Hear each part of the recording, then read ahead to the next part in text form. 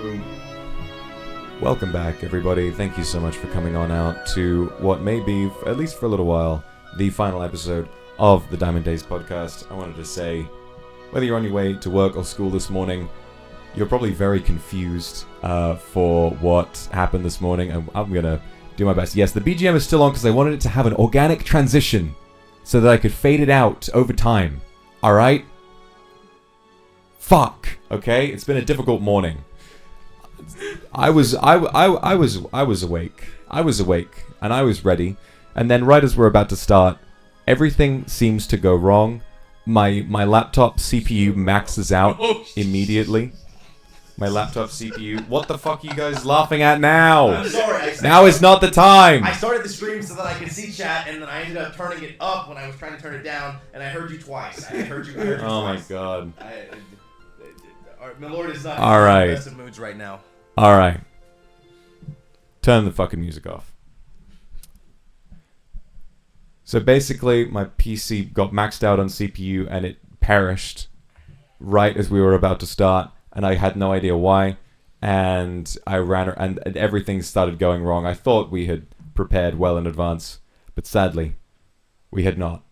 There's one thing that I've learned about this career, it's that there is always room for things to go horribly, horribly wrong.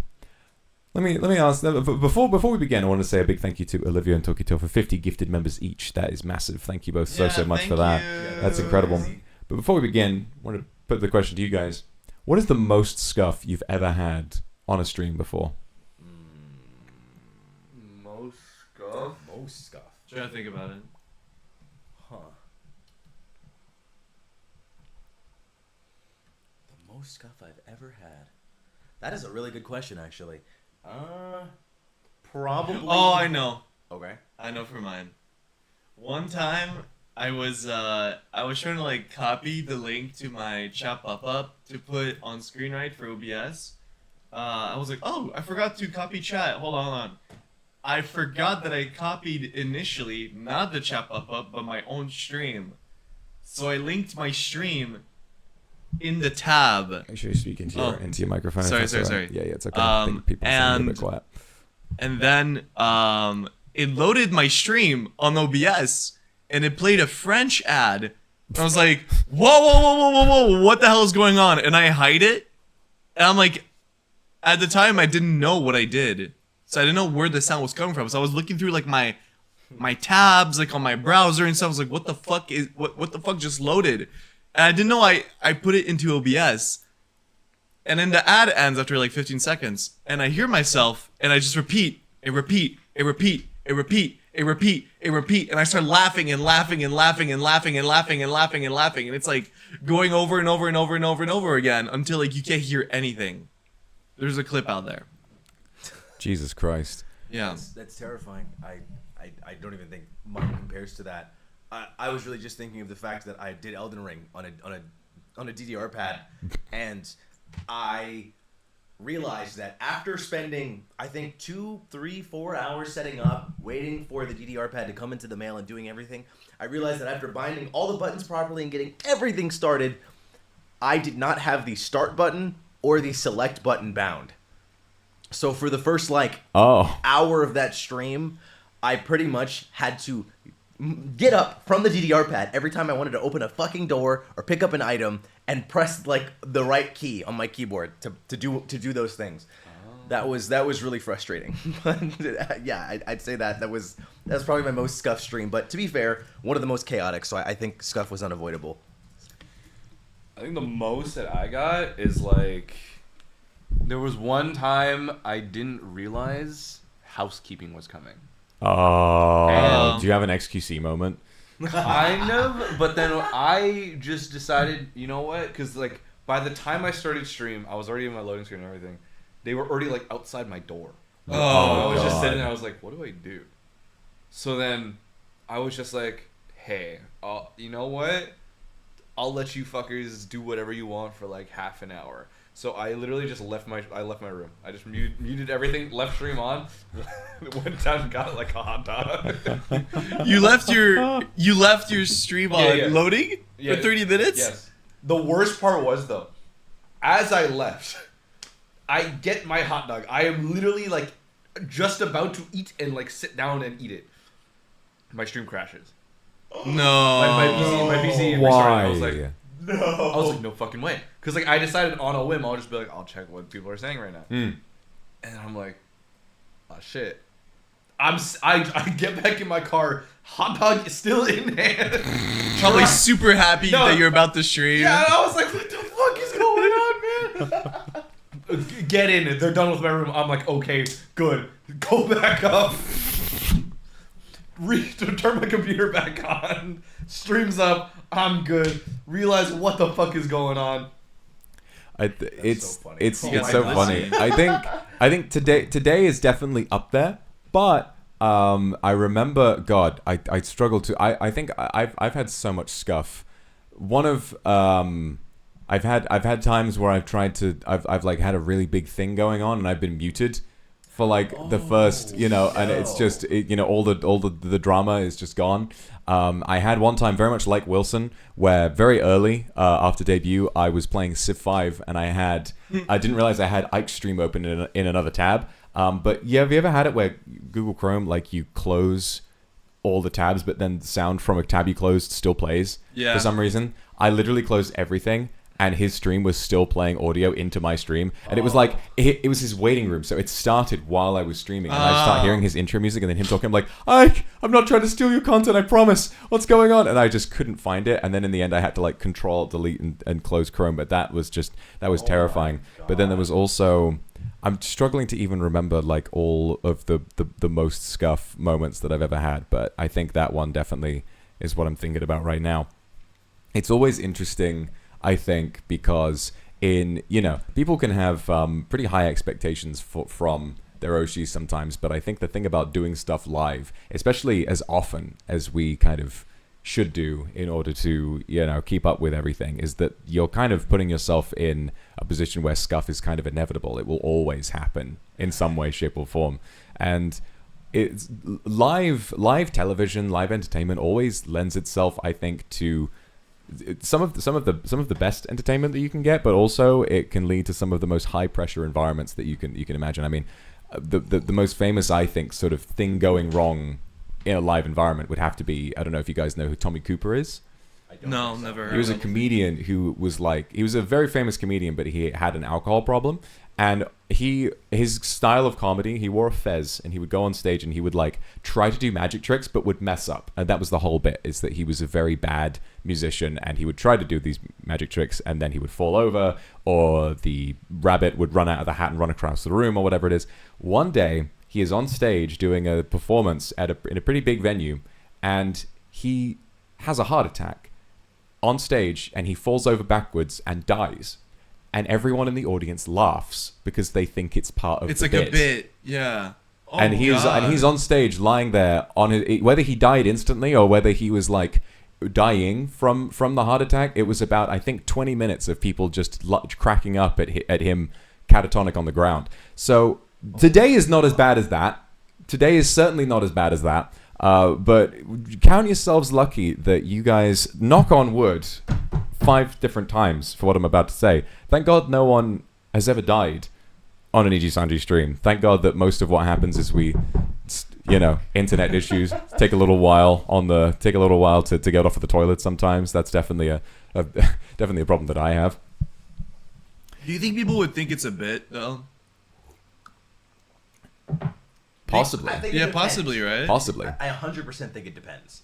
Yeah. I think it really does depend. Unless there'd be like the terrifying situation of someone talking about dying on stream, like if you were talking about it and then you died. or Then people would be like, nah, it's one not of us real. fucking died. Yeah.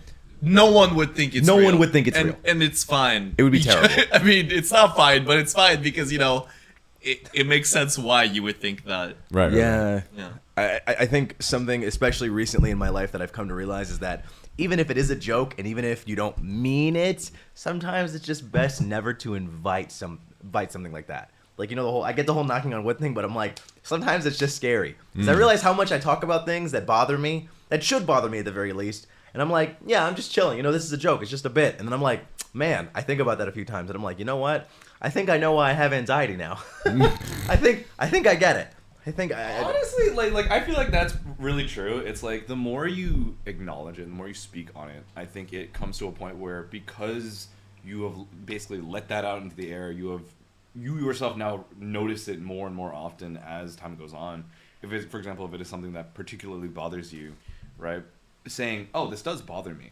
On one hand, it's good to acknowledge it. On the other hand, it's now you are hyper aware of the fact that that is now happening presently. And it's going to be something that you are consistently going to notice as you go about your day or you go about your stream, because you're like, now I know. Mm-hmm. You know? It's like, God, what is it? One of those things where if there's like a goof in a movie, like there's a mistake, like in Deadpool and Wolverine, how you can notice how when he throws his katana, it like clips through his body, or whatever it is. And I never would have noticed that if so many people on Twitter weren't pointing it out. Sure. But now when I watch the movie, I'm like, oh, there it is, that you can see it pass through his body like that. And suddenly, because you're aware of it, then it kind of reduces your enjoyment and it kind of makes it into a bigger problem than it would have been otherwise. Yeah. I think this is just, it's kind of just a general like positivity versus negativity thing, where if you're constantly thinking negative thoughts, then you will notice negative things far more than you notice positive things. I mean, we could, glass half empty, glass half full, could look at the glass half empty and be like, okay, the glass half empty. Okay, we had massive amounts of scuff. We were late this morning. This is our last episode. Have we done enough for this? Oh God, it took us so long. Are people going to be mad? The audio levels weren't right at the beginning. Blah blah blah blah blah. Or we go glass half full. I'm sat having, this is my job right now, and all I have to do is sit around a table and chat with some really great friends about whatever the hell we feel like. So, whichever one you focus on is most likely going to be the one that has the bigger impact on you. Yeah, and really trying to focus on the positive for a bit. The scuff, yeah, while it does suck, the stream was able to happen. We're able to sit around. Exactly. We're able to talk. We may have been late. There may have been some audio issues, but it's happening now. The stream happened.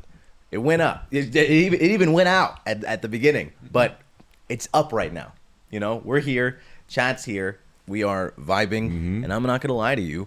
This is some of the happiest I've been on this trip. I'm really thankful for you guys. It is beautiful. Yeah. I'm thankful for you, man. I'm thankful for all of you guys. Overall, it's been a lot of fun, but it's not over yet. We got a whole podcast to get through today, so it's been a really interesting way to start it. Sort of talking about unexpected stuff, and I think what's also interesting about the nature of live entertainment rather than sort of pre-recorded video, where you can work in whichever hour of the day you have available, you can work in to edit and perfect a video before you release it. With live, you need to have a schedule and you need to be around at a certain time. So what I want to put to you guys today is, what do you do to maintain a healthy work-life balance? Oh, I got you. I don't. Oh, okay. That's pretty good, actually. How do you like that one? You mean like I'm proud of that. Do you mean like juggling between social life and then work life and then like offline work life and stuff like that? Kind of, basically. So it's like, you can't do nothing but work all the time because you would sputter out and die. But also you can't just chill out and hang out with your friends all day every day, because then you would make no money and you would starve to death. So how do you find the right middle ground, and how do you find what's right for you? Maybe if your job is incredibly satisfying and you love to work, maybe it's not just about your own enjoyment of your social life, but maybe it's also about the people in your life and how you may be neglecting them. What I really enjoy, I remember hearing about Markiplier a little while ago, and he kind of said, he's a guy with ADHD, and he kind of tends to get really focused on his work, and he said, sometimes he can be a bad friend because he's kind of so locked in on work. And then it kind of becomes a question, is it, when you do work, are you doing it purely for yourself, or is it for other people? And where is the line? Is it a good thing to give oneself entirely to their work, at least maybe when you're in the prime of it?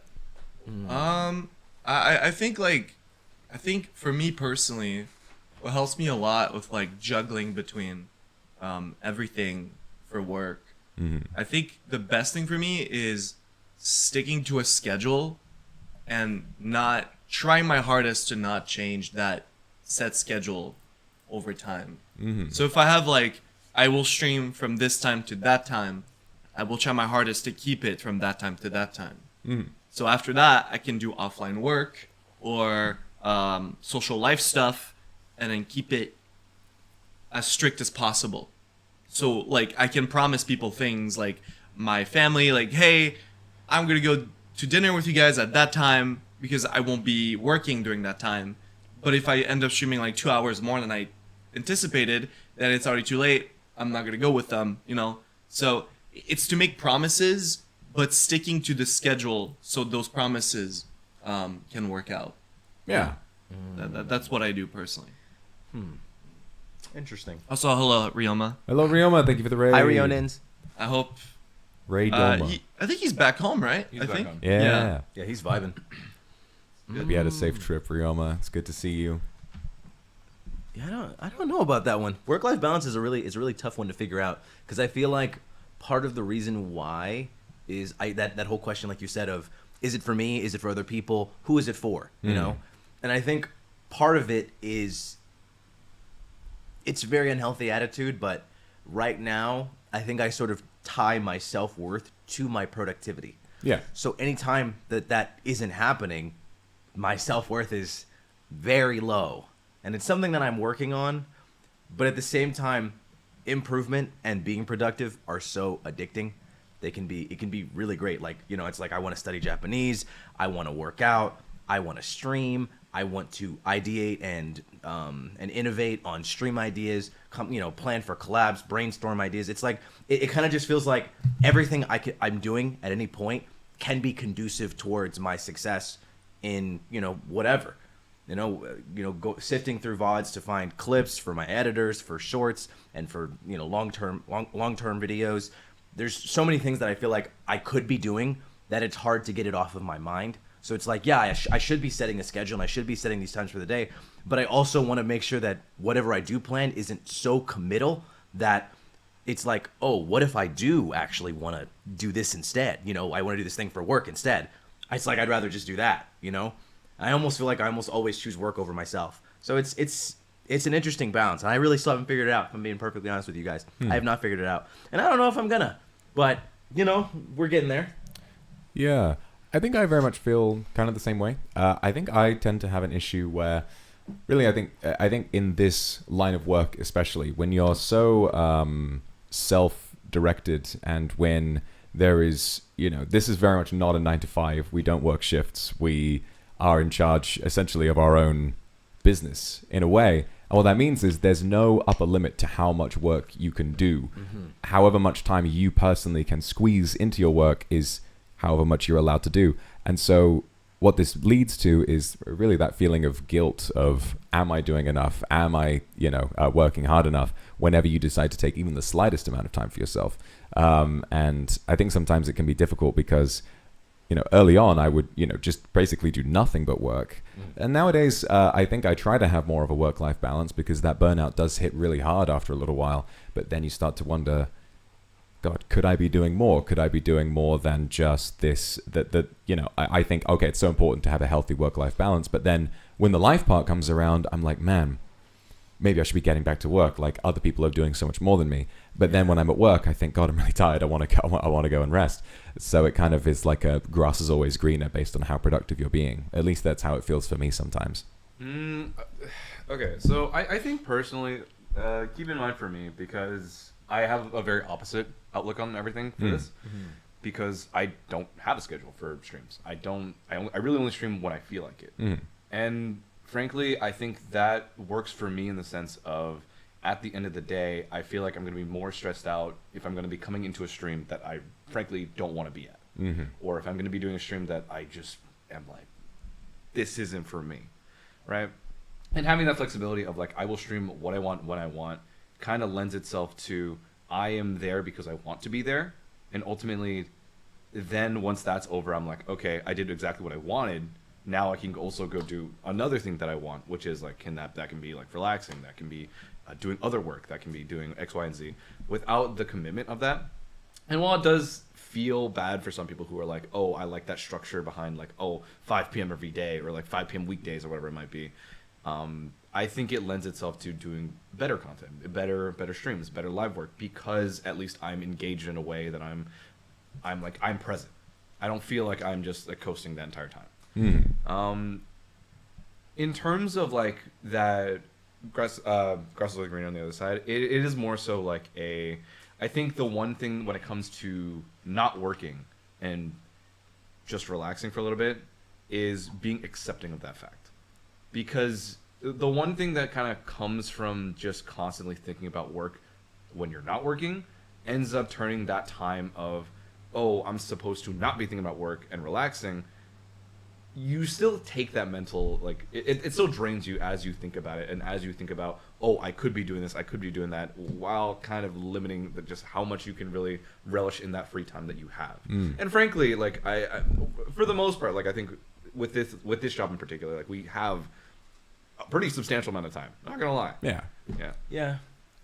So it is more so of the fact of like accepting like this is the intent that I have with not working at this present moment. Like for me personally, like when I started playing Final Fantasy 16 on my off time, off stream, I was like, you know what, this is a game that I'm setting aside specifically to not play on stream. Because I think for a long time, like to be completely honest, like I don't play games off stream for fun anymore.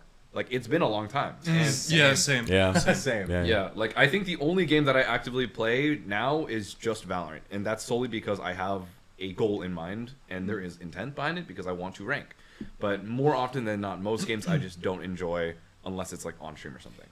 Do you guys have games? This is fine to talk about, I think, because I personally, there's games that I really want to play, but they tend to be games that I think like I don't think they would be good stream games, or like Oh yeah, there's games that are so like Oh, yeah. I love this game, but I don't think it would be a good stream game, so therefore I will play it offline.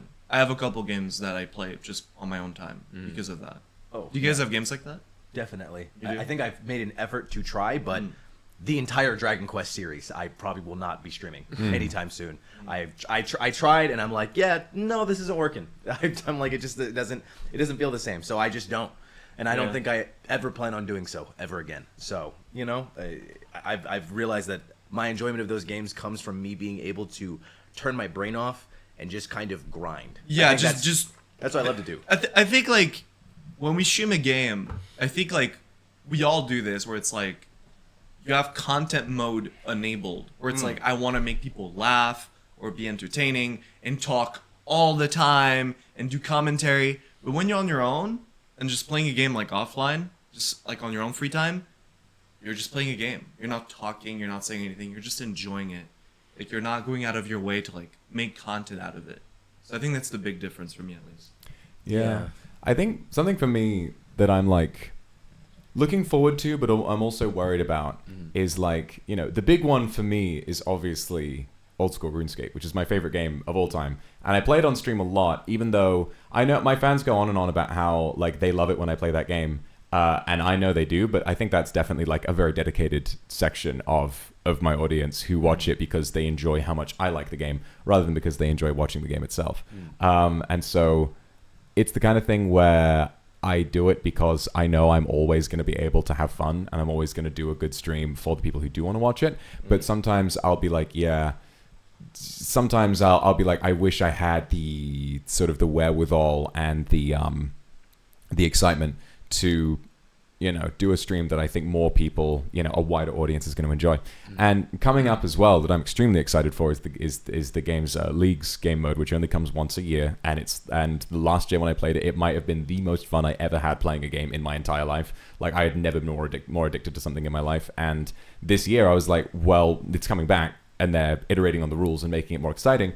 I should stream that. And then there comes a little bit of a thought where I'm like, okay, I know that I'm going to get so addicted to this, I will not be able to stop myself from playing it.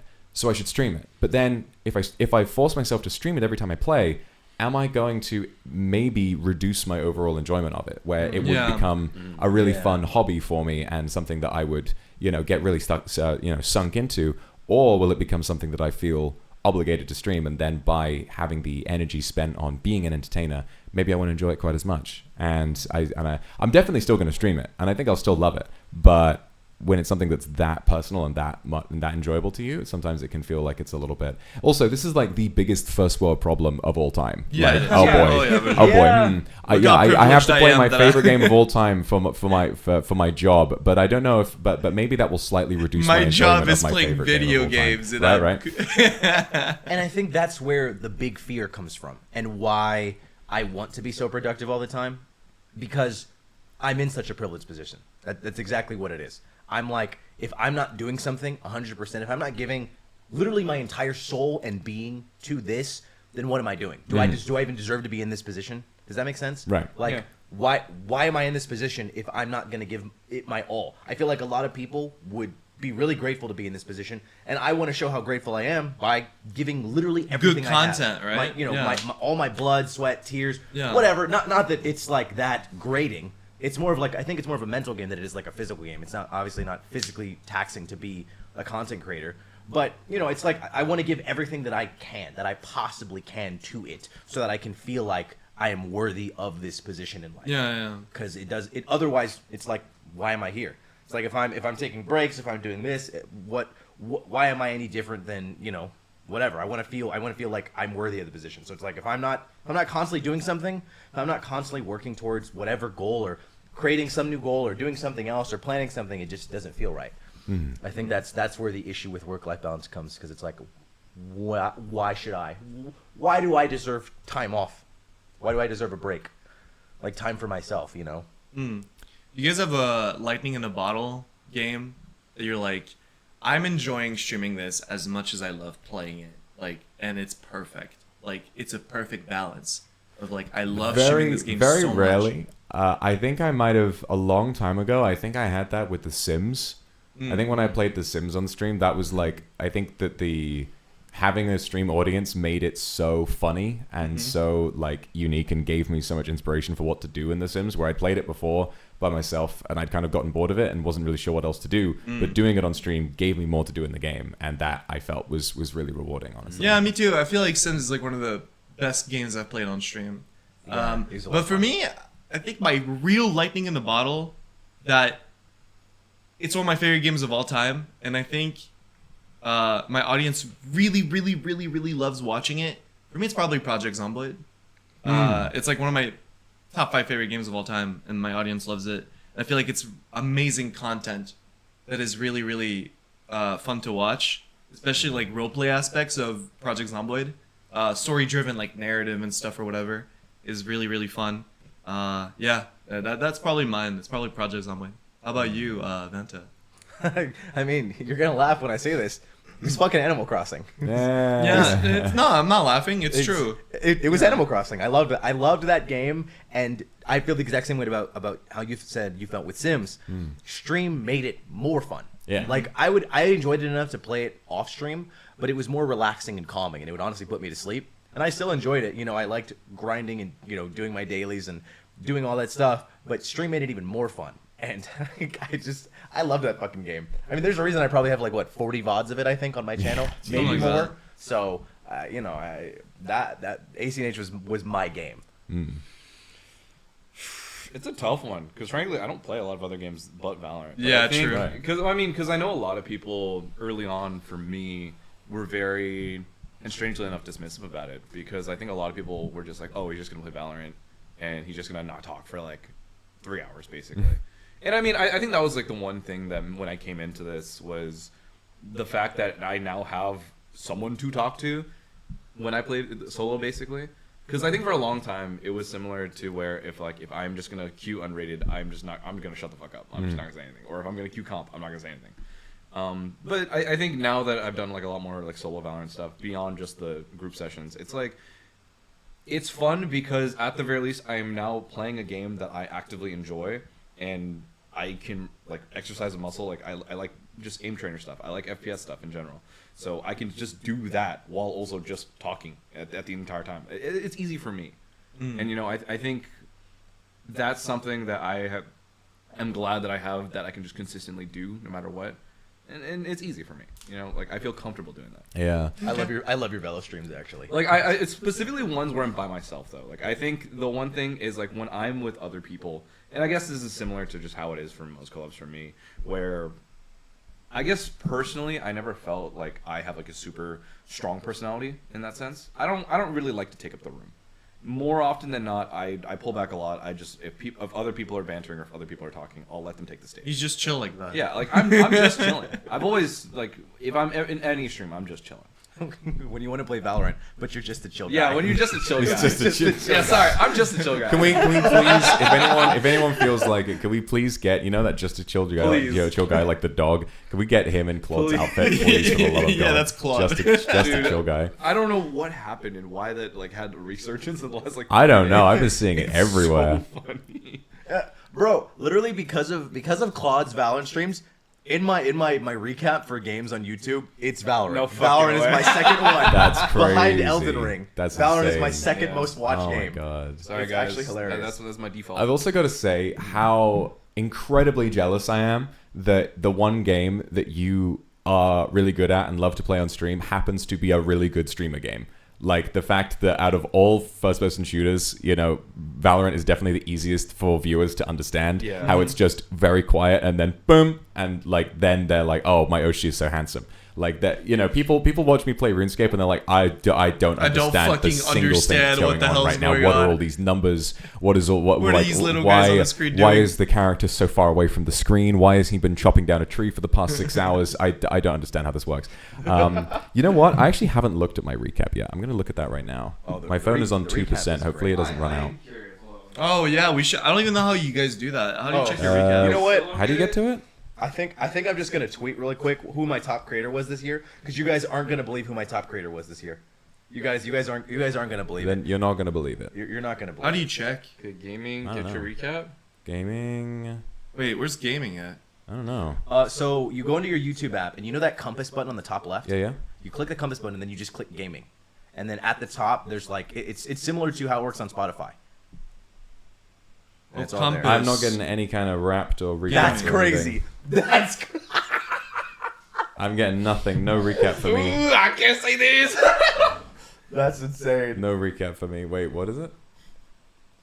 Yeah, your recap. Is it let me solo her? Yeah, you're I can't say this. I can't find my recap. What the hell? 67.5 of your watch time was gaming? Yeah, okay. Oh, you know, I'll admit this on stream. I was in the top 2% of watchers for Maridin.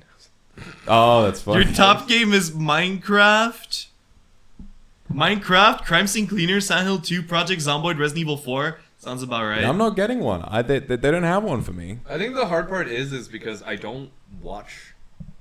This is my live account, obviously. Like I don't watch a lot of streams on this account. Same. That's my UQ thing. Wilson was your top gaming creator? Lamau. Oh my god, you were in the top 0.3% of UQ Wilson's fans. Oh, Bro's watching his own streams. Man, everybody here is just so full of it. I feel like, I don't know, if I had to guess, I feel like most of the content I watch is like either Elden Ring or RuneScape related. I don't really watch stuff to do with a lot of games.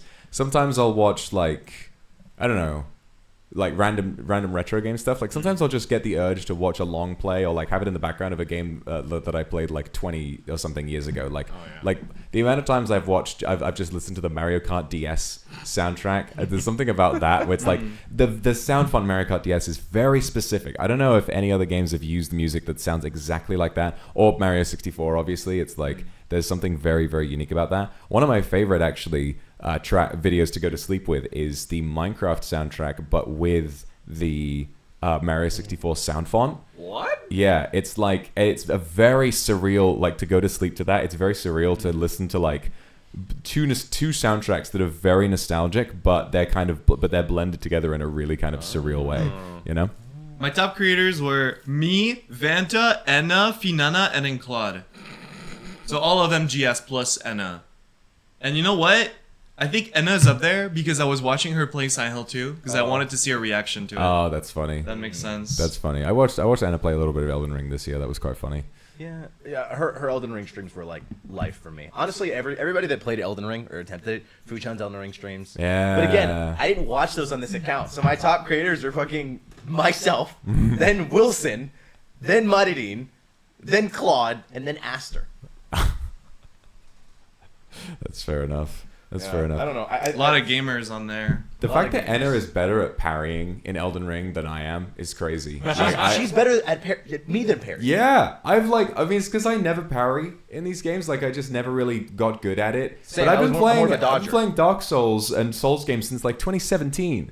That's like 7 years of playing these games fairly consistently, and I've never really gotten the timing down. And Anna walks in, she's like, "Oh, what's this shield? How does this work?" And then she just does it first She time. just does it first Yeah, try. bad. like literally, there are moves when I'm fighting Melania that I don't even attempt to parry, and I'm just like, yeah, no, I don't get that consistently enough. And then I just see Enna fighting, and I'm just like, what the fuck? Did you just beat her in under an hour? It took me 3 hours for my first try on Melania. You beat Melania? She beat First- Melania in like less than an hour. with parrying and stuff? Yes. What the fuck? She was fucking insane. It takes 3 parries for a single riposte. I not including time I spent off stream ramming my head into it, Melania took me like 3.5 hours. Enna's disgusting. I genuinely, after seeing her Melania run, I was like, she might be the best Souls player in the end. I was like, That's mental. This is why we need a PvP tournament at some point. Hey, I think that would be a lot of fun. Hey, I think that'd there. be pretty fun. That is interested. That's all you need Definitely to know. interesting. I'm a little bit more than interested. But yeah, no, I still can't believe that. But major respect to her. She's crazy. Major respect to all of us for loving ourselves so much. Yeah. Hey, Thank since you, bro. the end of this year is coming about, and Jeff Keighley is coming out with the Game Awards, Oh yeah. what do you guys think? What do you guys think deserves Game of the Year 2024? Who? Like, what game? What game deserves What- Game of the Year for Yeah. this year? Should I get the nominated? What came out this year? Yeah. Let me get the nominated. The Elden Ring out of DLC what was is nominated? Game of the Year. It was I think Black Myth Wukong, without a doubt. Oh, I haven't played it. Genuinely, it's one of the few games that lived up to the hype. It surpassed the hype, honestly. Wow! A DLC is being nominated for Game of the Year this year. Yeah. DLC. The nominees are Astrobot, Balatro, Black Myth Wukong, Elden Ring Shadow of the Erdtree, Final Fantasy VII Rebirth, and Metaphor Refantasio. I've I've never heard heard of Metaphor this is game. really good. I've heard. I really want to play Astrobot Oh, I know at some this point game. because I love platformers like that. And Astro's Playroom, like the tech demo you get on PS5, is so good. Like the way it's designed to show off like the controller's functionality, and it's a fully fleshed, like short-ish game, like maybe a 6-hour game if you do all. I 100%ed it. It took me like maybe 8 hours or something like that. and Wait, it's- so that's the demo, right? It's just the demo, Really? right? And then Wow. the full game, yeah, it's really fleshed out, and all of the mechanics are so fun, and it really does show off the PS5 controller so well, like to the point where the vibration feels different depending on what surface he's walking across. Like it's more like Oh, wow. when he's on metal, and then like when he's on sand, and you can feel that in the controller. It's like such a great experience. I'm sure that must still be there in the full Astrobot game, so I'm definitely really interested in playing that, and I wouldn't be surprised if it won. But honestly, given that Elden Ring Shadow of the Erdtree got nominated for like Game of the Year when it's a DLC, I kind of get it. I mean, Shadow of the Erdtree is like unbelievable, and the fact is that it's a DLC that adds well over 40 hours of content to the game, which is longer than a lot of games. So Yeah. I kind of get it. Honestly, I kind of get it. Most people took longer to beat the DLC than they did to beat the base game on their first try. Yeah. I'm gonna be real though. I still don't think it deserves it.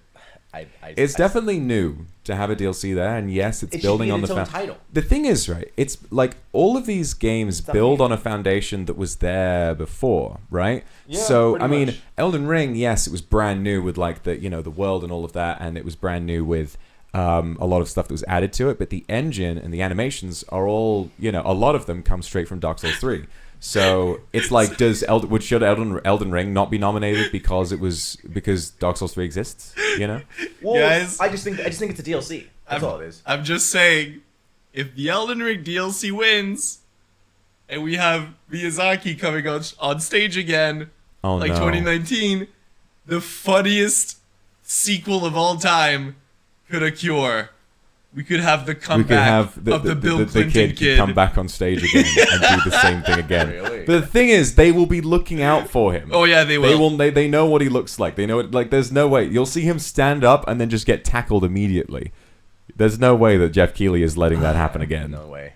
He was so pissed in 2019. Oh yeah, of course he I've was. never seen Jeff Keighley look so mad. Of course he was. And he has all the rights to be his mad. His whole show was like even though it was the funniest thing that ever happened.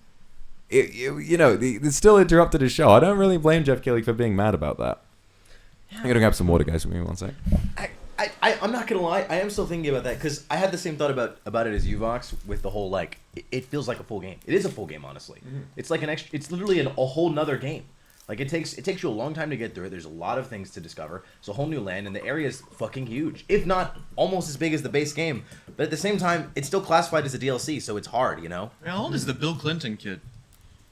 I don't really know why it should or shouldn't classify. Oh, he's 44. I don't really have an answer for you. If it was classified as like an expansion, Sorry. maybe. What's his name? He's Bill pretty young. He's like, Clinton kid. What's Madden? Is that his name? yeah, Matan Evan, that's his name. Evan. Oh, he's a YouTuber. How old is he? He's 17. What? So next game. 14 when Elden Ring. Yeah, he was young. So next Game Awards, we can't call him the Bill Clinton kid anymore. He's the Bill Clinton man. He's the Bill Clinton as opposed man. to just Bill Clinton himself. Oh boy. Wait, his birthday's tomorrow? No way. That's crazy. I don't know. I mean, okay, granted, I can't say No, it's anything not. because I've only watched the DLC. I've not played it myself yet. Mm-hmm. So I don't know if to be completely honest, I don't know if I feel the same way of like, should it really be nominated, in my opinion? I mean, because the thing is that it's marketed as a DLC and it's categorized as a DLC. So like, I get what people are saying. Like, it basically is a full other game because it did a lot. It added new weapons. It innovated on a couple of systems that are really neat. It added like a whole new, very huge world to explore. Like it wasn't like it was like this isn't gonna take you. You're not gonna finish this in like 2 hours. Like 5, 10, 20 hours. I think it took me 5 streams to do it. One Me of too. which was like 18 hours long. I Yeah. did like an 18-hour long stream. So like it's not a short DLC, even for someone like me. I guess that's the hard part, But it's a DLC. You know, I mean, okay, but think about it this way, right? Like, if Shadow of the Erdtree were to come out as a standalone game, but do exactly what it did, but just as a completely separate title, do you think it would still constitute that? Yeah, definitely. Yeah. Like if they release it as an expansion as well, I think that's the other thing that's important to consider. Because I mean, I don't know, can expansions for like MMOs or something be nominated? Like, I'm would pretty that- sure. would that I mean, apply? I'm not sure because, like, let's think about how much an expansion changes an MMO. I mean, you think about. You think about World of Warcraft, which has expansions every 2 years, and you think about how, as the expansions have come out, they have literally changed the game. The current day World of Warcraft is unrecognizable from the game that came out in 2004, and the same, I imagine. Although I don't play it, I mean, Final Fantasy: A Realm Reborn. I supposedly changed the entire game to the point where it was a relatively unpopular game and then became very successful after the release of A Realm Reborn. So that surely would also count as, like, maybe Final Fantasy 14 could be nominated, but then A Realm Reborn could also be nominated. Yeah, so I don't think it counts. I'm gonna be real with you. Really? It's still using the original Elden Ring in its roots. You're like going to a new area. I don't know if I can count it, especially with its classification. If it was sold as a separate game, maybe, but like it's a DLC. It's a DLC. You know, like Someone and it's says, "What about Fontaine in Genshin? fun. What? Does that count as? Should that be nominated for Game of the Year?" What? What are we talking about? Oh, Well, that's true though, because that brings into question the criterion at which we are deciding what would determine this as a separate game. You know what I mean? Yeah. Because at some point in time, by all technicalities, we could say separate sections of Genshin could be expansions or DLC at the end of the day. Yeah. With the sheer amount of content that isn't necessarily there as a result of it. I mean, it's effectively an expansion if we're thinking about it. Yeah. Because the whole point of expansions is that they add to the current game, you know, which is effectively the same thing as a DLC, except I don't know why the terminology is different, but there's a reason. I just don't have the vocabulary to explain why. I But- guess, yeah. Like the thing about, I don't know. I really do think it kind of deserves it because the thing about Elden Ring, Shadow of the Erdtree, is that it, these things are always going to be subjective. Like these things are always going to be like, oh, like the criteria only matters so much, and they'll think like, oh, well, this one can get nominated here, and then they think about, well, Shadow of the Erdtree was that good So maybe this time, yeah, maybe it does deserve a nomination. You know, other DLC maybe don't, but they're like, you know what, this added so much and really technically is kind of playable. It feels to me like an entirely separate game in the sense that you have, you know, so many people have done these challenges where they start in the DLC. You can't really do that in the game because, you know, you would need to go through it and all that kind of stuff, which does make it a little dubious.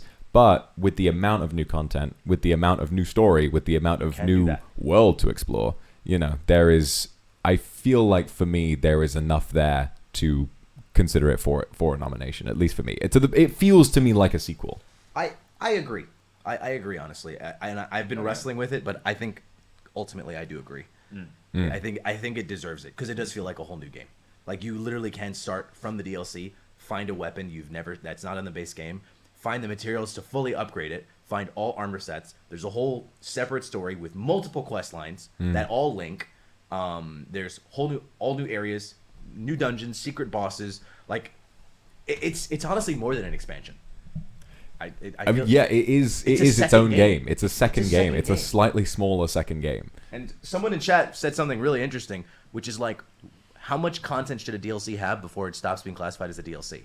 And when does it, like, does it ever stop? Like, is it just because it's added on to a base game that it makes it a DLC and it doesn't stop no matter what? Well, not really. I mean, it will always be a DLC because Exactly. it is added on to the original. But when you compare it to, you know, another game that may come out, is definitely enough in there, and the stuff that is in there is of such an outstanding quality that it kind of does qualify as its own game in a strange way. It doesn't really qualify as that, but it's definitely good enough to be up against full games, at least in my mind. I think that's the better conclusion to come to instead of saying that it deserves to be nominated. I think it deserves DLC of the year. I think it in a conversation about quality in terms of games, I think it stands up. Yeah, it's maybe one of the best DLCs of all time, considering it topped what is it, Witcher 3: Blood and Snow, and then also The Old Hunters, which I would have called the best DLC of all time beforehand. Yeah. So I think it deserves to be in the conversation. Does it deserve to be nominated? I wouldn't say so. Fair enough. I think that's my We final can agree conclusion. to disagree on that. But yeah, Game Awards are very exciting. They're always in the middle of the night for me, So I never fun watch to them. watch. I never watch them. Ever since they start we at 4 lost- a.m. in the UK, I'm like, nah, I'm just gonna see what happens in the morning. You know, it's not really the Lux, biggest do you thing for me. do you miss E3? Do I miss E3? Yeah. No, because Really? what I get every year is Video Game Donkey's E3 recap, even though E3 no longer exists, where he just does a video about all the games that got announced around about summertime, and that is all the entertainment value I will ever need from E3. Yes, it is funny, E3 cringe, but I'm sure there are more than enough gaming shows going on to the point where we can get a healthy dose of cringe from other places. Yeah. You know. I miss E3 so much. I'll say towards the end of its lifetime, the quality of E3 kind of like took a really bad. Oh, yeah, it turn. did. It just wasn't Yeah. great. Like even as like an attendee or even as like guesting, it just did not feel great. I'm not gonna lie. It was fun to just shit on it, I guess. But Or that make was fun the of it. problem, right? Like it was like towards its later years, it just became more and more accepted that we should just shit on this show, and it was like that didn't feel great. Yeah. At the end of the day, then it diminished a lot of the value that came from the games that were announced there. Yeah, if the whole point, if you know, most of the enjoyment value is in laughing at something, what self-respecting game publisher is going to say, okay, we want to pick this show for where we show off our game, you know? And really, I think it stands to just how powerful a lot of these games companies have become, to the point where they almost don't even need to attend these big shows in order to market their games. Their games kind of market themselves to a certain level. Didn't save Concord, unfortunately, but I mean that's very surprising to me. I mean, because I saw some of the gameplay, it looks decently fun, but I think it's a problem of, you know, a game with free-to-play gameplay that is buy-to-play in a world with lots and lots of other alternatives that are already free-to-play. I think ultimately just the landscape at which it, like, for example, like if Concord released a couple of years back, maybe there's definitely a much better chance that it would have had. But I think now, especially the timing at which it released too, where there was a couple other games that came out around the same time that also were just like, nope, you're done, and nobody played it. It's kind of like what I feel about when a movie tries to include memes It's because memes go out of fashion so fast that if you try to put something in a movie, it's going to take so many years to come out that like there's no way that it will ever be relevant, and it will just be cringe by the time the movie comes out. Like I don't know if you guys remember when there was the "What are those" joke in Black Panther. Like I remember. I mean, it's a fantastic film, but I remember watching that and being like, oh, I don't know if that sticks. And the same thing with games, where Overwatch was so massive in 2016 when it came out that I can only imagine a lot of developers thought, oh, this is going to be the next big thing, and they start developing their competitors, and games take a really, really, really long time to make. So Concord, I think they said it took like 7 years to make. Yeah, right? it was meant to be the Overwatch competitor, and then yeah, I mean, Overwatch kind of naturally kind of had its heyday, and it's still very much around, and but it's definitely less popular than it was. And releasing a competitor to it now, it kind of feels a little bit like a missed opportunity in a way. Well, the hard part ultimately is you quite literally need to do what Overwatch does now, but better. Because you need to convince people not only to play it, but to switch. Yeah. Yeah. Like, yeah, that Marvel Rivals game looks pretty fun, though. Is that even going to happen anymore? Yeah, it's still happening, I'm pretty sure. Are you sure? Yeah. I heard good things about it. I heard that a couple of devs got accused of money laundering, like I several hundreds of millions of dollars. I remember hearing that there was a little bit of, like, there's a little bit of misinfo with that case. I don't know if it was there? I think it might have been some people who worked at the company, but it wasn't like the people in charge of the game. It wasn't like the game. The game's not getting shut down for anything like that. I'm actually curious. It looks kind of. It looks. I think it looks decently fun. But there was also. I mean, Concord reminds me of. Do you remember when Overwatch first came out and people thought Battleborn was the main competitor to that, and then like literally the day after Overwatch came out, Battleborn was sitting at like 12 people playing it concurrently. Everyone got off. It's mad to me that games can fall off that hard. Like that's insane that so much time and energy and money Also, was put into I'm that. tired of like little rant. I'm tired of like people saying like, oh, look how much this game fell off after like 1 month. It's like a it's like a single player like story game, or it's like right. some kind of People like finished the fighting game and then moved on from it. Especially fighting games. It's like, yeah, when a fighting game comes out, it has like a big wave of like big hype around it. Where people are like, oh yeah, I'm gonna play this fighting game. I'm gonna get good at it, and then, I'm not gonna play this previous game I was trying to get good at. This is what I'm gonna grind and be good at. And people grind like, let's say Tekken 8 for a while, like maybe like 6 months, and after that, over time, it's gonna like, of course, like the player base is going to go back down to like a stable amount. Like, there's always, like, a wave of hype. So, I hate seeing, like, articles like, this game lost, like, 80% of its player base after 1 month. And it's, like, either a story game or a fighting game. I hate it. Yeah. I think it's silly. It's an interesting thing to point out sometimes, but, yeah, I mean, with fighting games especially, I feel like most people are exactly like me. Chat, maybe you disagree. Whenever I buy a fighting game, I buy it and I'm like, damn, this is cool. I played for, like, a week. And then I'm like, all right, time to take a break. I come back like 3 months later, and then I play online, and I'm like, damn, I got my ass beat. And then I never played again. Because everybody that was playing it for those 3 months, they're like, I'm locked in. They're like grinding. you said, they're grinding. And I'm coming back. I haven't played this shit in 3 months. I get my ass beat.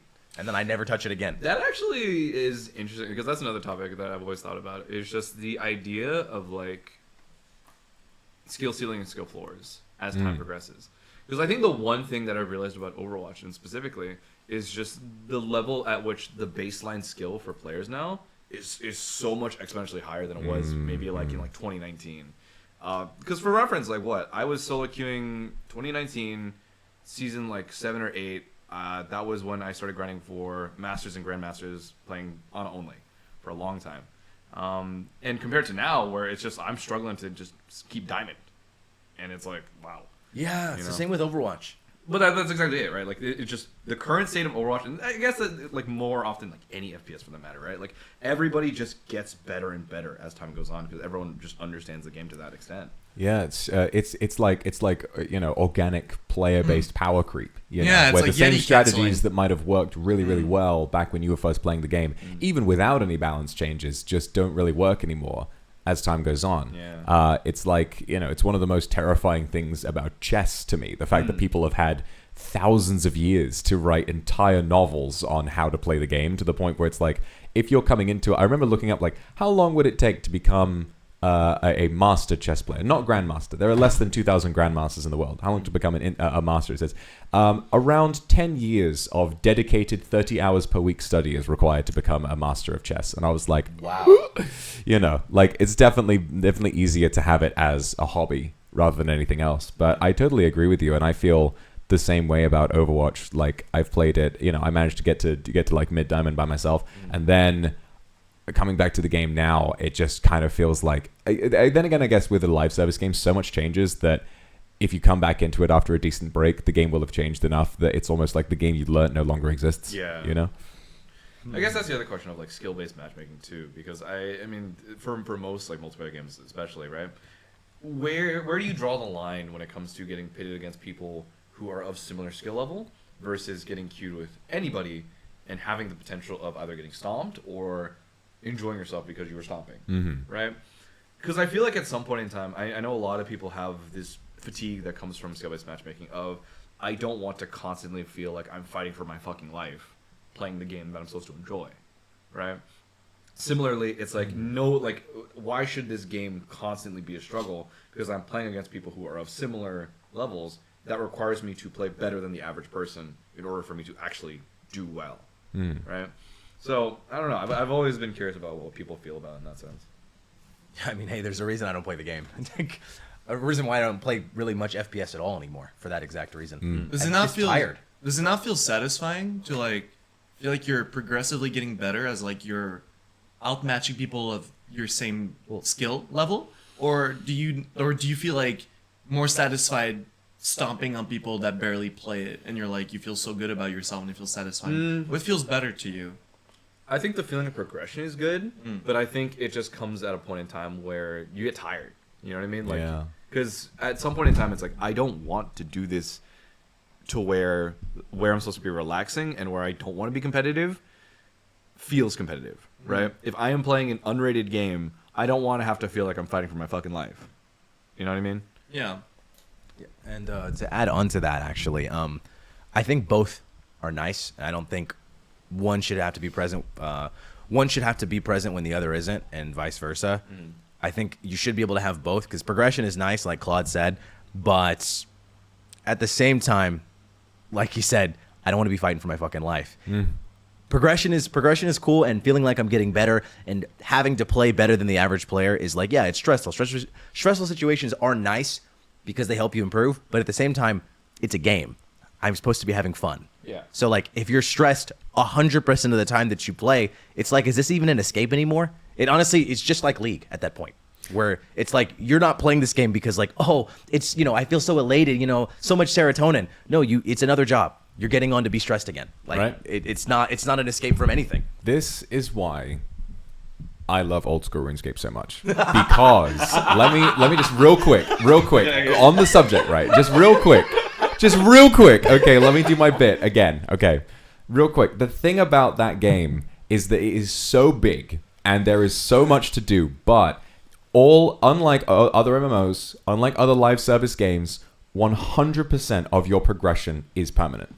Where every time you gain experience in a skill, every time you get an item that is dropped, every time your bank goes up in value because you got a good item, that is permanent. Because unlike an MMO where an expansion comes out and the level cap increases and previous items become outdated and you got to go to the new area and get the new items or whatever it is, every single item in the game retains its value, and horizontal different progression is added over time. And it will take you a very, very, very long time to reach the end game. Like, I have been playing the game for 2,500 hours, reaching 3,000 soon. With leagues, it'll probably be about 3,500 by the time I'm done.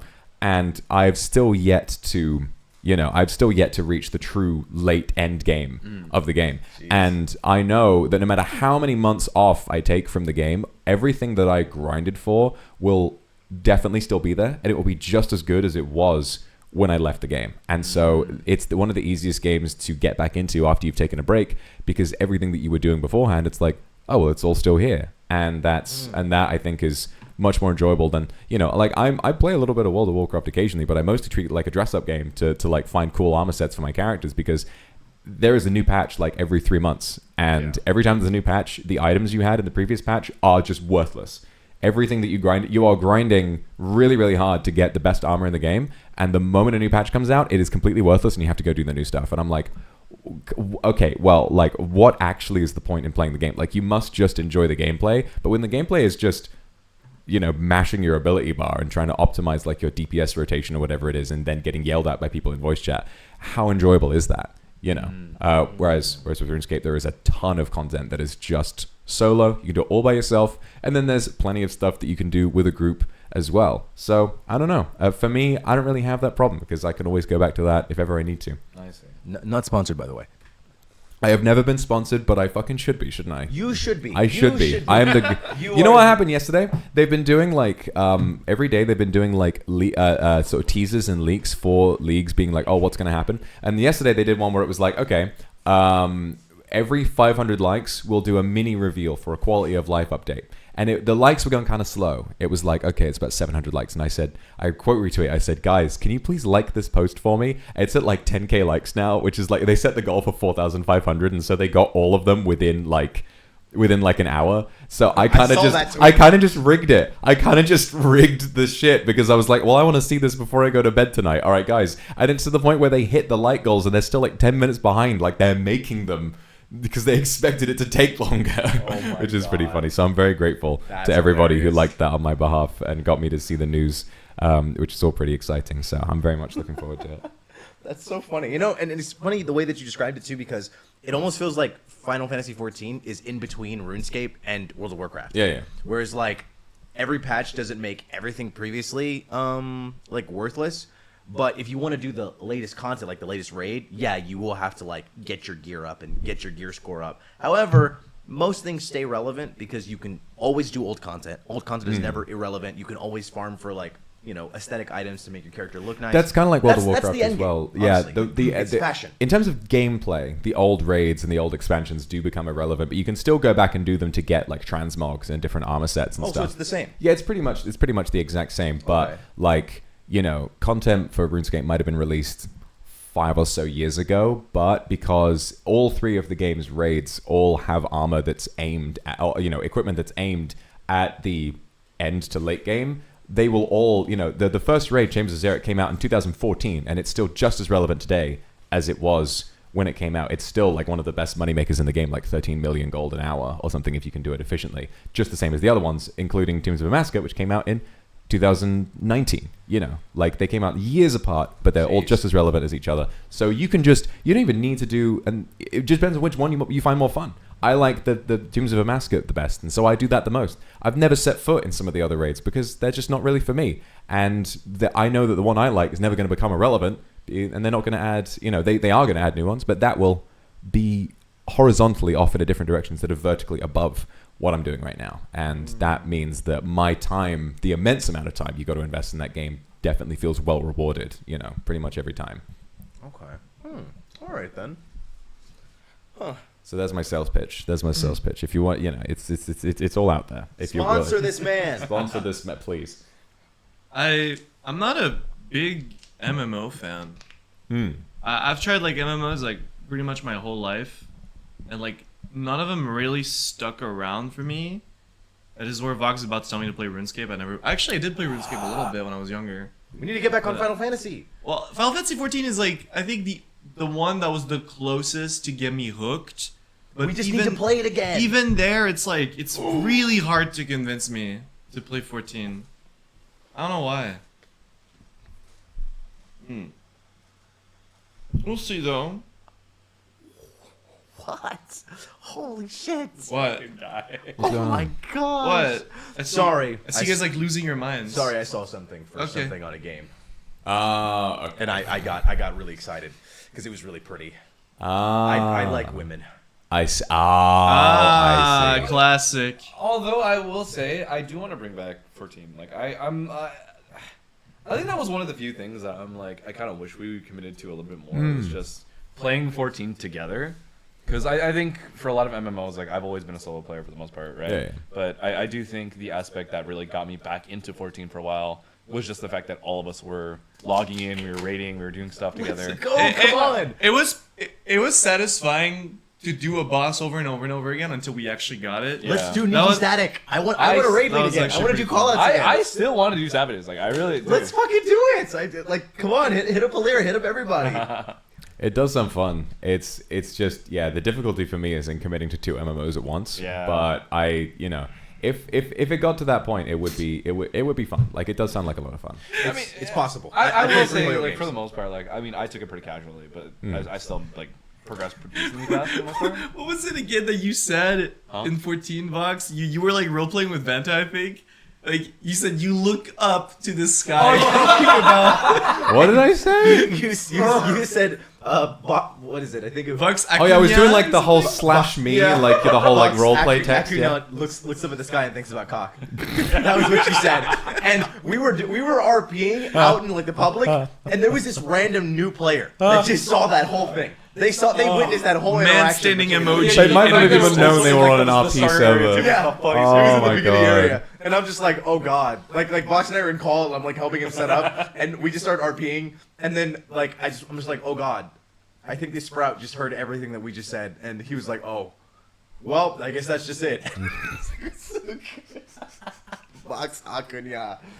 Listen, role playing in MMOs is very funny.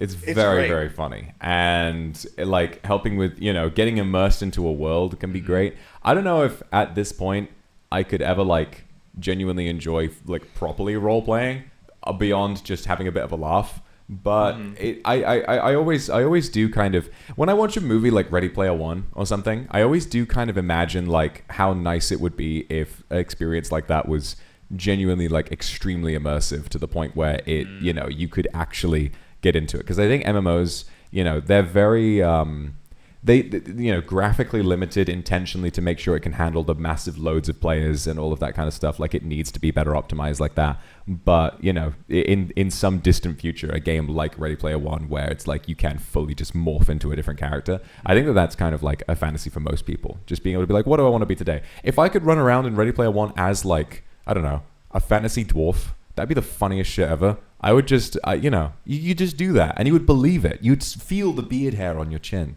Wouldn't that be so great? His dream is to be small, but he is destined to be tall. I think that's called VR chat. It's like the way they talk about Second Life. You ever see the game Second Life? Yeah, of Yeah. course. Where it's like, where they're like, oh yes, in Second Life you can be whatever it is you choose to be. It's like, is that Kermit the Frog with 2 samurai swords? And there's no real, it's like, yeah, technically, but also it's like with the limitations, I don't know if I could ever really truly get immersed in an experience like that. No, I think inherently, if Ready Player One was real or something of that fashion, right? Like, let's say SAO for all we care, right? People would just shitpost as much as possible. I mean, Like, that's fine too. Yeah, That's fine You too. would never feel immersed. You would just feel like you're in VR chat, but it feels more surreal. That's what it would be like. Well, I mean, like, but with like a VR headset and with like body tracking technology and with some of the best graphics you've ever seen, I feel like as long as that, I mean, yes, it's so funny in Ready Player One because yes, people would shitpost and people would like, grief each other. The fact that in Ready Player One, there's like an item you can get in the game which wipes out all life on the planet you are currently on.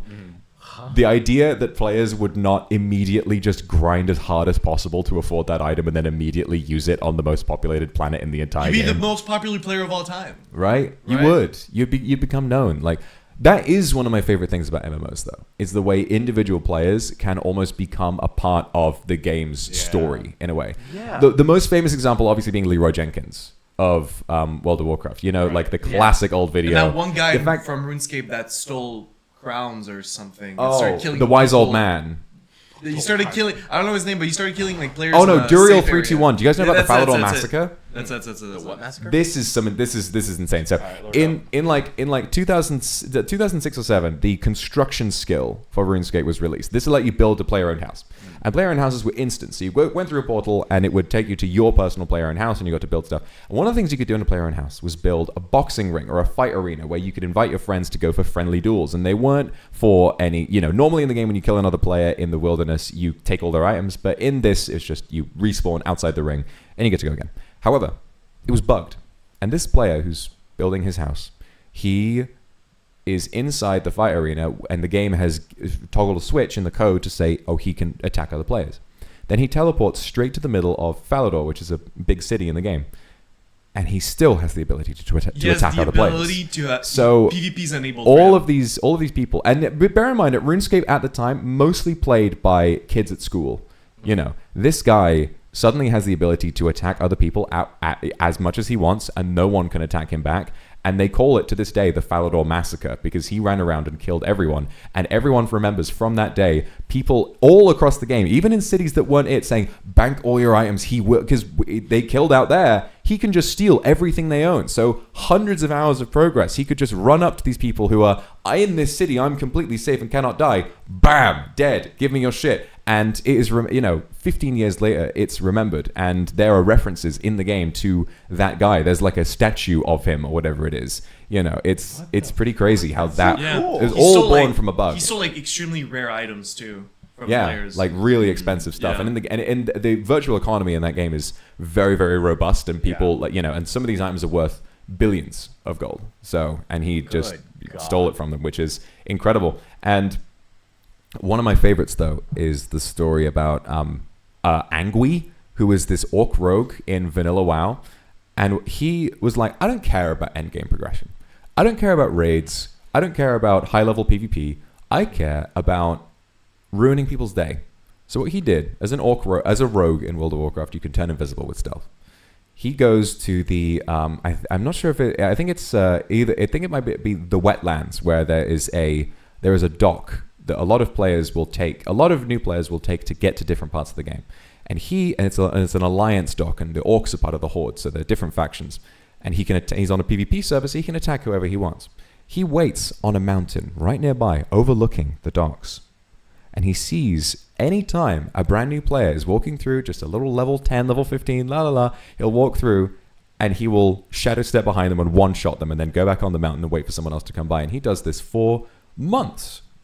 And his legend starts to pass among people. Hey, be really careful when you go through there. There's this orc who might kill you and all of that kind of stuff. And that kind of thing became a legend within the game's lore. And I think that's fascinating. How much power these players have. I think there's a really unique appeal to that isn't really there in most other games. Yeah, I think that's a very powerful thing, and it does add a lot of personality to a game. Right. Yeah. A game's personality and its community are obviously defined by its players, but I'm gonna be straight up with you. If that happened to me, I think I just quit. I just wouldn't play the game anymore. Like I. Also, you know what else is so funny is the fact that you know the word kek. Yeah. That comes from World of Warcraft. Oh. Because it's supposed to be like LOL, right? Mm-hmm. But in the game, alliance players can't talk to horde players because if you type in chat, the game says, "Oh, your character speaks a different language." So if you're playing an orc and you type a random sentence, the alliance player will see orcish random gibberish, right?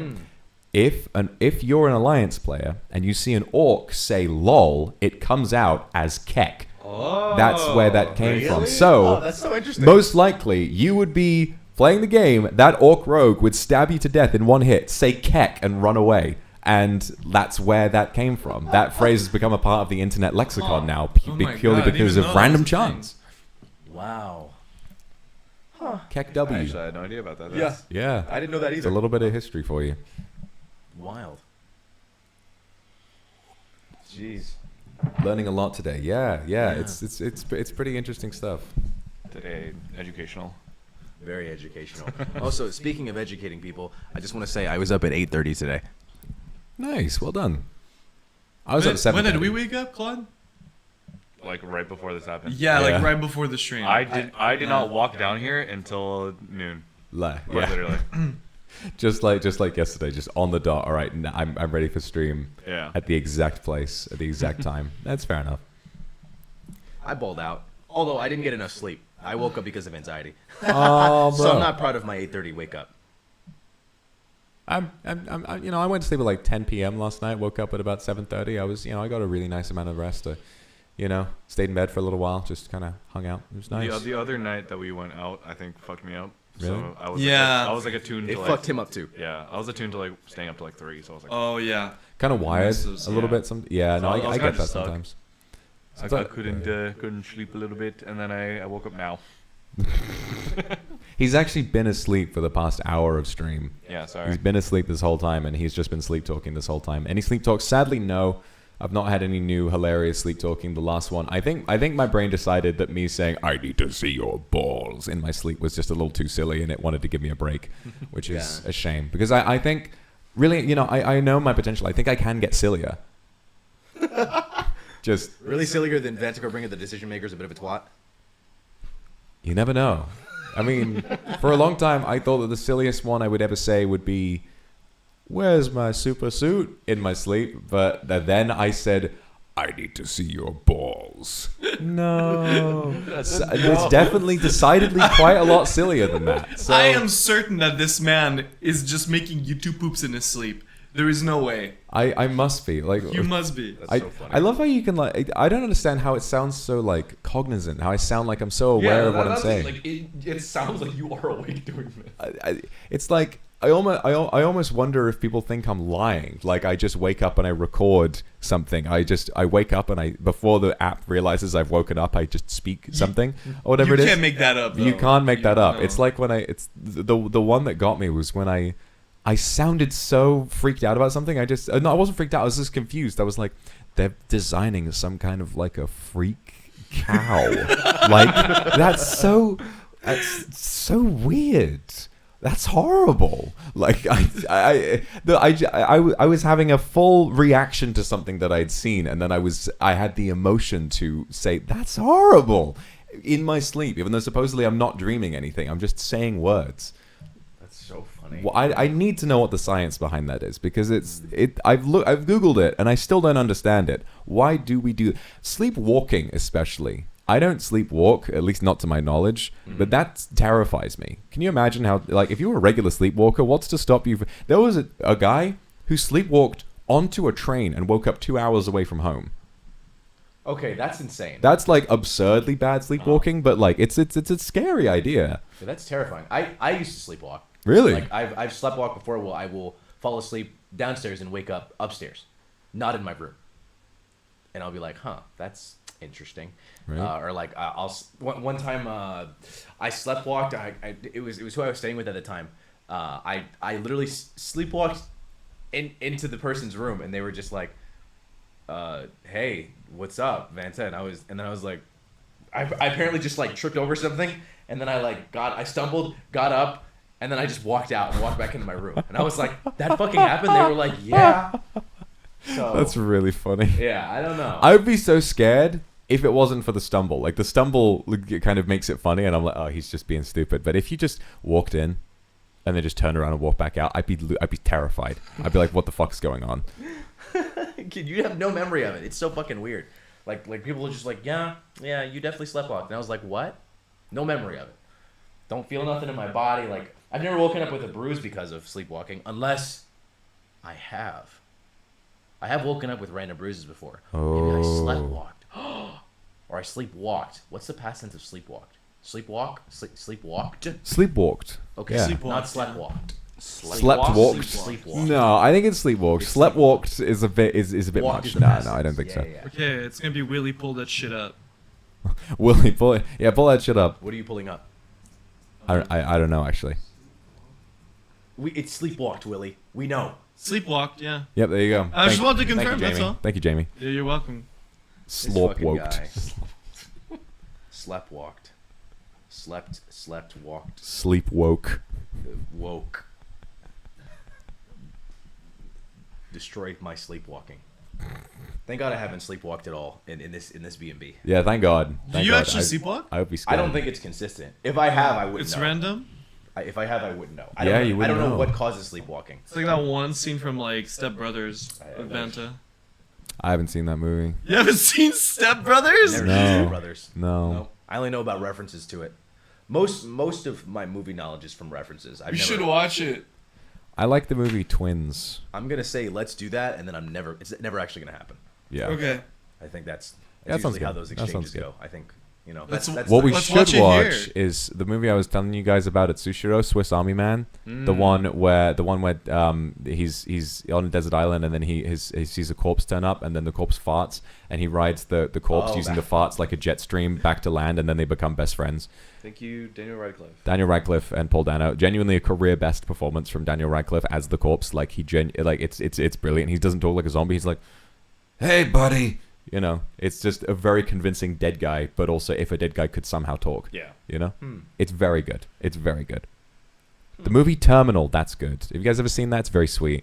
I don't think I know what it is. I mean, Tom Hanks does a weird Eastern European accent, but he's supposedly from like a country that is like going to war or something, and he's in the air on his way to America. And then when he lands in the airport, they say, "Well, your country is declared war on this other country and is no longer recognized, and so your passport is meaningless. But we also can't send you back to your country because we don't have a route to there anymore. So you cannot leave the airport, nor can you leave on a plane. So you're just kind of stuck in the airport now." And so Tom Hanks is this just kind of bumbling guy with an Eastern European voice who just kind of endears himself to everyone in the airport, and in the end, they're like part of his family. It's inspired by a true story. Oh, really? Yeah.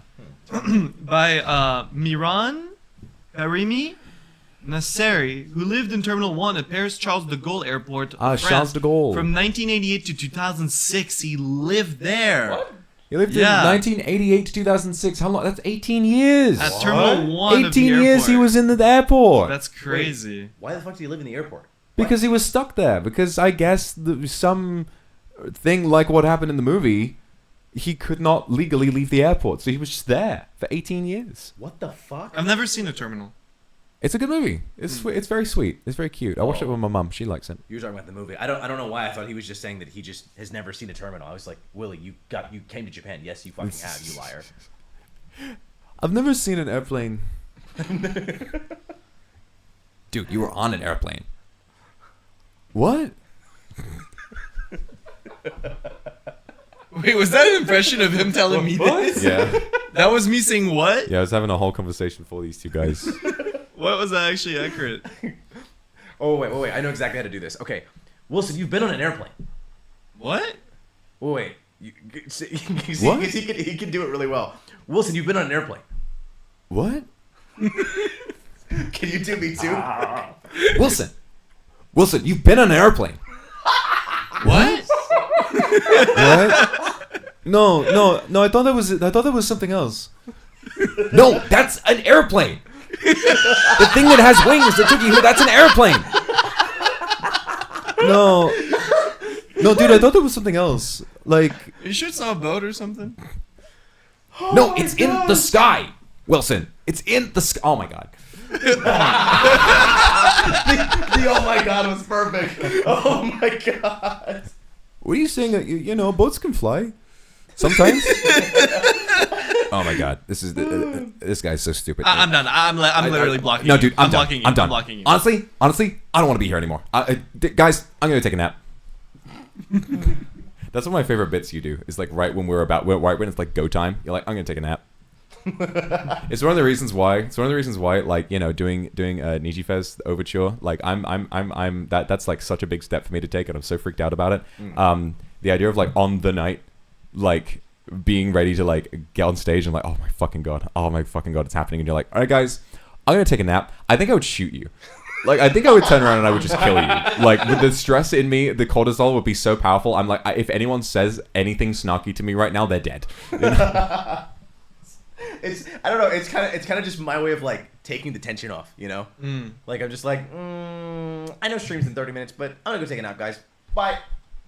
You know, it's just nice. Or hey, I'm gonna go to the store. Does anybody want anything? I don't know. Started. I would pride myself on being very optimistic and calm a lot of the time, but before we started stream today, when things just started going wrong, Wilson decided it was a really good idea to start playing Big Justice's new Christmas song. And Yes, I was the like, Costco Wilson, guys. can you not do that right now? And I leaned over and I just hit the space bar on his laptop to turn it off. I was like, And it was about to be Big Justice's part of I the was song like, too. running around. I was plugging shit in. I was doing all this stuff, and I was hearing like, "We bring the boo," and I was like, "Shut!" Like, sometimes, believe it or not, I do have a limit, and most of the time that limit comes from playing video games, or whatever this fucking guy decides to do. Dude, it was gonna be Big Justice's part. Yeah, it was. What the hell? Let him do his thing. Yeah, he would say that. Yeah, you would say that. Oh God. I think it probably didn't help that we already had to delay the stream by 2 hours, and then like he's just like, "You fucker, you woke up late, and now you're playing all this shit, and I'm just trying to focus. Please." Jonkler, I don't think. thank you for the super. You need to stop killing people, man. Listen, I say this with humor. I ain't gonna kill anybody, but you know, you just know you're gonna catch these hands if you say the wrong thing at the wrong time. So I want you to be very, very deeply afraid to, you know, just let yourself relax around me, because you never know what it'll be. Mm-hmm. You never know what it'll be. Yeah, you know, could be Mario Party. Could be Mario Party. Could be it most likely will be. Most likely. Most likely will be one of these things. If during that Mario Party game, if someone said something that was just a little bit too like personal, it could have been over. You know. It could have been over. What if they jonk? What if they jork it? If they jork it, then that's fine. You know, that's up to them. If they jonk, that just makes me think about the Joker. Why so serious? I can't beatbox. How do you do the bit? I can't do it. Did anybody hit beatbox? My closest to beatboxing is saying boots and cats really fast. Boots and cats and boots and cats and boots and cats and boots and cats. Yeah, that's all. That's no idea. That's but yeah, the Joker. Yeah. The Jonkler makes me think about Luca, and Luca's presence in a moment of stress. Like so that. You seen that? Luca's presence in a moment of stress fills me with rage. No matter what he does, he will find a way to make me wish that I was dead. I don't know how he does it, but he's both such a wonderful man and such a great friend, and also just by far the most frustrating person I've ever met in my entire life. I don't know how he does it. You should play the cow moo like thing game or whatever. Vox, you should do it. Yeah, I think I'd be good at that. You think? I don't know. How do you? What is it on? Like, is it on TikTok? Like, is it filter? That's a good question. Pretty sure yeah. it's TikTok filter. Moo. Moo. Moo. Moo. Moo. Moo. Moo. Yeah, You should do I it. can moo. Yeah, you can moo. Moo. We can be a cow. I can moo pretty good. Jeez. Jesus. Man. I like today. I like this. I think this was a great idea, Vox. Thank you guys. Yeah, I This know is a it's great not idea. always ideal to wake up, you know, get everybody out of bed at a certain time to do something, but I think that having something to do every day has kind of encouraged me a lot. And really, you know, when I'm on trips and stuff, I always say, oh, I want to stream and do this, and I usually am not able to because there's so much going on and I tend to be so tired that I just kind of don't. I'm not really able to. But with this commitment to this, it's been really nice, and I feel like we've gotten up to a lot of really interesting. Now there's a conversations. question that arises. Oh yeah. Should we keep doing this? Not every day, by the way. When we're back home. Some Should kind we of keep a this going? Like maybe maybe make slightly it less frequent offline podcast format. I weekly think thing, is not a maybe? bad idea. Well, offline would be that's a little different, but I do think like online, but weekly. we can figure something out. Yeah, what do you mean offline? Do you mean Yeah. like in person, or do you mean like we just Oh no, so without an audience, we just sit and we'll like do a podcast to No, no, no, ourselves? no, no. Shit for like an No, hour, like- online. Yeah. Right. Okay. So like we're all home. Uh-huh. Online, like a regular collab, Uh-huh. but weekly. No. No. No. No? Damn. I think some of them more like monthly. I don't think weekly's a lot. Weekly is definitely a lot to commit to, especially given Bi-weekly? it's easier now that we have time like the same time zone. Yeah. But if we were, you know, back home, I mean, think about how far apart That's we're spread. the biggest thing.